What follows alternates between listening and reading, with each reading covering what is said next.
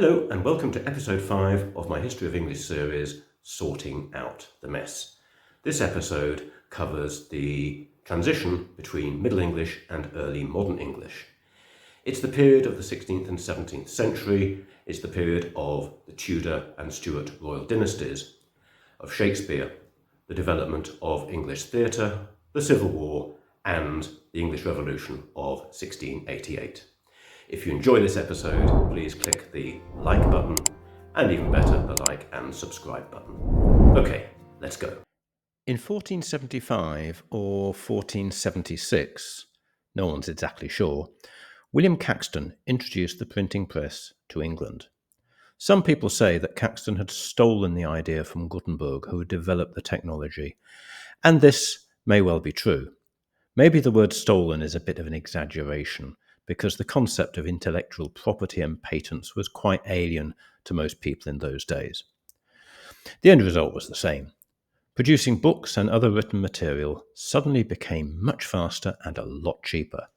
The consequences of this would be extensive all over Europe, not only in that it made all forms of literature more widely available, it also increased the necessity to standardize the written language.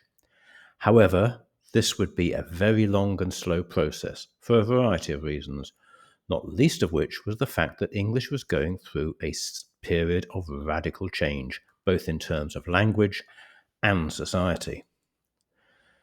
Caxton was acutely aware of the problems that dialect diversity created in terms of communication across the country. He adopted a special variety of Middle English, which was known as King's English, commonly used in London and its surroundings for his translations, and spread this language variety throughout England by his trade. Although this did a great deal to standardize the vocabulary and the grammar of English, spelling, especially the spelling of names, remained extremely erratic even into the 17th century. The 16th and 17th centuries also saw an explosion of literature and the arts, which was naturally helped by this new technology. Whenever we think of English theatre of this period, the name Shakespeare springs to mind. Even he wrote his own name in a variety of different ways throughout his lifetime, and it goes without saying that Shakespeare made an enormous contribution to the English language, especially in the expressions that he was said to have created. He is said to have invented, or at least written down, about 1,700 words and expressions. You can see some here. It has to be said that many of these words might already have been in popular use, but he was the first to write them down. We will never know.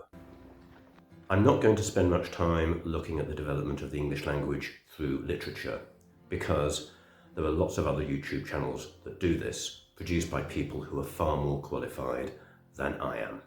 The English Civil Wars that convulsed all of the British Isles during the 1460s gives an example of the increasing influence of the printed word used in broadsheets on both sides for propaganda purposes. The 16th and 17th centuries in Europe were centuries of incredibly bloody warfare, mainly because of the religious wars of that period. The English Civil Wars were no exception in terms of brutality and suffering. While they didn't compare to the 30 Years' War, which lasted from 1618 to 1648 in Central Europe, it was still bad enough. It was unusual because although there were inevitably religious differences, it was one of the first wars fought over a political principle. In short, King Charles I, the second king of the Stuart dynasty, believed that he had a right to rule because he was appointed by God. This was a very commonly held belief among European monarchs, and although the Stuart royal family were of Scottish origin, they were greatly influenced by the French royal family, who strongly believed in the divine right of kings. This brought him into conflict with the English Parliament, which was becoming more and more assertive. It insisted that only it had the right to levy taxes. In the wars that followed, the parliamentarian forces won, and when all negotiations between Parliament and the king broke down, the king was put on trial for treason. The accusation was that he had made war against his own people. He was condemned to death and executed on January the 30th, 1649. This shocked most of Europe because although it was perfectly normal for kings to be killed by their relatives, it was quite shocking for a king to be executed after a trial in front of common judges. For the next 11 years, Britain was ruled by what was called the Commonwealth. This was effectively a republic controlled by Oliver Cromwell as Lord Protector. Think of an extreme theocracy and you get an idea of the type of government that was formed.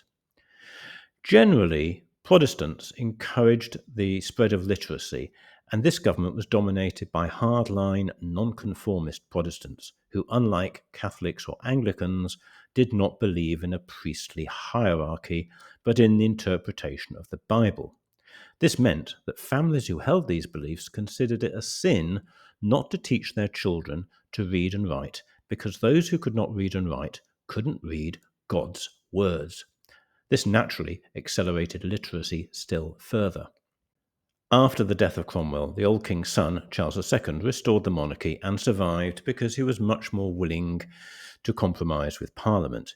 His brother, who succeeded him, James II, was far less flexible and soon provoked a revolution in 1688, which changed the relationship between Parliament and the monarchy forever.